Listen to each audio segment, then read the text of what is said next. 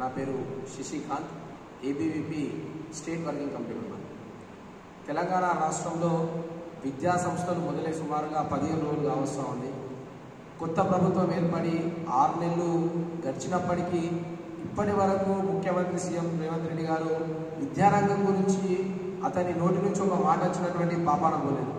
ఈరోజు తెలంగాణ రాష్ట్రమే కాదు, దేశ భవిష్యత్తును నిలిపేటటువంటి విద్యార్థుల యొక్క శ్రేయస్సు కోసము, విద్యార్థుల యొక్క బాగు కోసము, విద్యారంగం యొక్క అభివృద్ధి కోసము ఈ యొక్క రాష్ట్ర ప్రభుత్వము ఏ రకంగా కూడా మాట్లాడడం లేదని చెప్పేసి ఏబీవీపీ అడుగుతాం.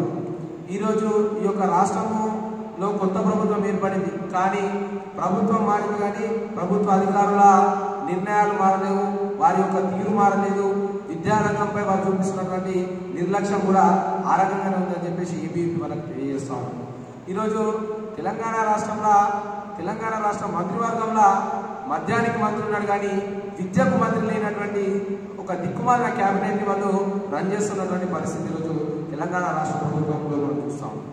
ఈరోజు ప్రైవేటు పాఠశాలలో అత్యధికంగా ఫీజులు వసూలు చేస్తూ ఫీజు స్ట్రక్చర్లు మెయింటైన్ చేయకుండా వాళ్ళ ఇష్టానుసారంగా ఫీజులు వసూలు చేస్తున్నప్పుడు ఈ యొక్క విద్యాధికారులు దున్నపోతు మీద వర్షం పడ్డట్టు వ్యవహరిస్తున్నటువంటి పరిస్థితులు కనిపిస్తాం.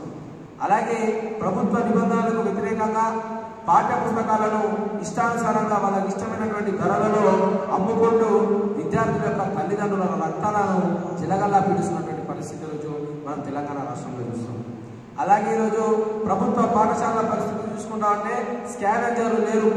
వేలాది మంది విద్యార్థులకు, వందల మంది విద్యార్థులకు మనకు ఒకటే టాయిలెట్తో నడుస్తున్నటువంటి పాఠశాలలు చాలా ఉన్నాయి. కాబట్టి ఈరోజు తెలంగాణ రాష్ట్రంలో నూతన ప్రభుత్వం ఏర్పడ్డది, కానీ ప్రభుత్వం యొక్క విధానాలు మాత్రము ఏ రకం కూడా మారినటువంటి పరిస్థితులు తెలంగాణ రాష్ట్రంలో కనిపిస్తుంది. కాబట్టి తెలంగాణ రాష్ట్రంలో ఉన్నటువంటి సమాజం గుర్తించాల్సినటువంటి అవసరం ఉన్నది. విద్యారంగం పైన ఈ యొక్క తెలంగాణ రాష్ట్ర ప్రభుత్వము ఏ రకంగానైతే నిర్లక్ష్యాన్ని చూపిస్తున్నదో దీన్ని మనం అందరం గ్రహించాల్సినటువంటి అవసరం ఉన్నది. కొత్తగా ఏర్పడినటువంటి ప్రభుత్వం విద్యారంగం గురించి పునరాలోచన చేసి విద్యారంగం యొక్క శ్రేయస్సు కోసము పాటుపడాలని చెప్పేసి ఏబీవీపీ వారికి డిమాండ్ చేస్తూ ఉంది.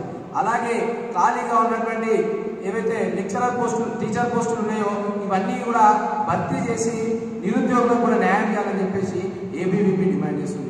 సుమారుగా 15 రోజులు అవుతోంది విద్యా సంస్థలు మొదలై. ఇప్పటి వరకు స్కూళ్లలో, ప్రభుత్వ స్కూళ్లలో స్కావెంజర్లు లేరు.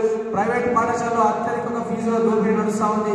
ఈరోజు ఇంటర్ కాలేజీలో బ్రాండ్ల పేరుతోని బ్రోచర్స్ని, కాస్ట్లీ బ్రోచర్స్ని క్రియేట్ చేసి ఈరోజు విద్యార్థుల యొక్క తల్లిదండ్రులను మోసం చేస్తున్నటువంటి పరిస్థితి కనిపిస్తూ ఉంది.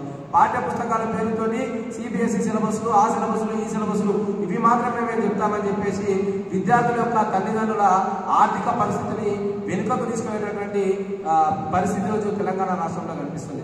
కాబట్టి ప్రైవేటు పాఠశాలల ఫీజుల దోపిడీ అరికట్టాలి. ప్రభుత్వ నియమాలకు వ్యతిరేకంగా పుస్తకాలు విక్రయిస్తున్నటువంటి పాఠశాలల విద్యాధికారులు చర్యలు తీసుకోవాలి. ప్రభుత్వ పాఠశాలలో స్కావెంజర్లను ఏర్పాటు చేయాలి. ఖాళీగా ఉన్నటువంటి టీచర్ పోస్టులను భర్తీ చేసి ఈ యొక్క రాష్ట్ర ప్రభుత్వము విద్యారంగ శ్రేయస్సు కోసం కృషి చేయాలని చెప్పేసి ఏబీవీపీ డిమాండ్ చేస్తుంది. దీనికి నిరసనంగానే రేపు రాష్ట్ర వ్యాప్తంగా జూన్ 26 తారీఖున రాష్ట్ర వ్యాప్తంగా ఏబీవీపీ బంద్కు పిలుపునిస్తా ఉంది, పాఠశాలల బంద్కు. కాబట్టి దీనికి సహకరిస్తూ విద్యారంగాన్ని శ్రేయస్సు కోసము అందరూ తోడ్పడాలని చెప్పేసి ఏబీవీపీ డిమాండ్ చేస్తాం.